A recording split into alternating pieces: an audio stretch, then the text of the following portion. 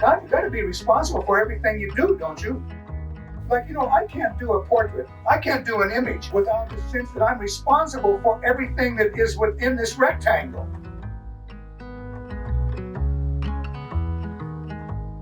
You can't help but notice the pictures.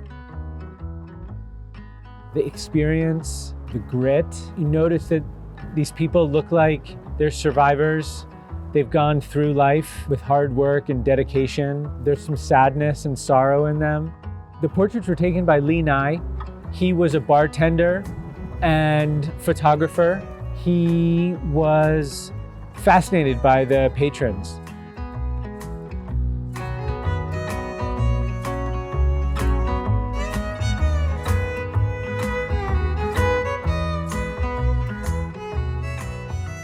You think that all of this occurs then. It happens then, but it isn't formed then.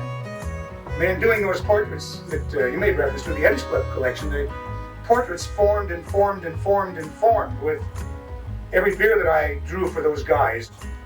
This is a bar. This is where people visit, drink, get acquainted, their second home, get lost, get found. I mean, all kinds of things happen there, and out of that are these people.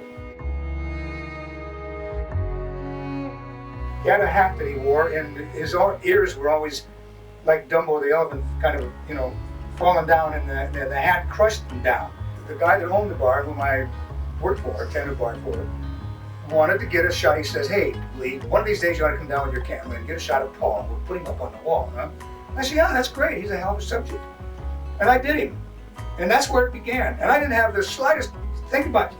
You see what I mean about creativity again? What are you going to do with your world? What are you going to do with this project? Is this a project? I mean, none of these things are answered. You just kind of go out into the world each morning as you wake up and things happen. The daylight occurs first and all things follow.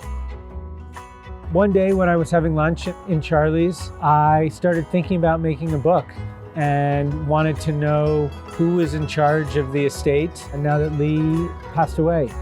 And I started doing research and got in touch with Jean, Lee's wife. We wound up agreeing that a book needed to be made. It's hard to imagine this place without him, I would have to say that. It ain't changed, like I ain't been remodeling too much. Right.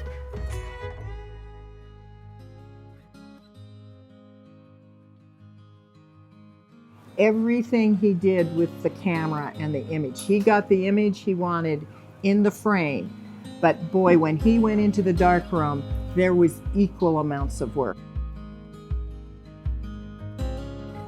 We scanned all the images in Lee's studio with all of his old equipment and cameras and enlargers around us. And we started to think about how we wanted to present this collection of portraits. So the book will be 150 pages of images and text. We've got enough information to tell a small story about who these people were, what their life was like. What we really want to do is celebrate them. We want to document the portraits and we want to preserve that time in Missoula. Why is this book important? First of all, Lee argued that these are the people who built Missoula. Literally, they're the ones who went out on the railroad. They were the loggers, they were the construction workers. Every single one of them has a story related to the blue-collar worker of Missoula. What we need is your help funding this project so that we can actually bring it to life, bring it to print, and put it in a book that can live beyond just Missoula and just at Charlie's.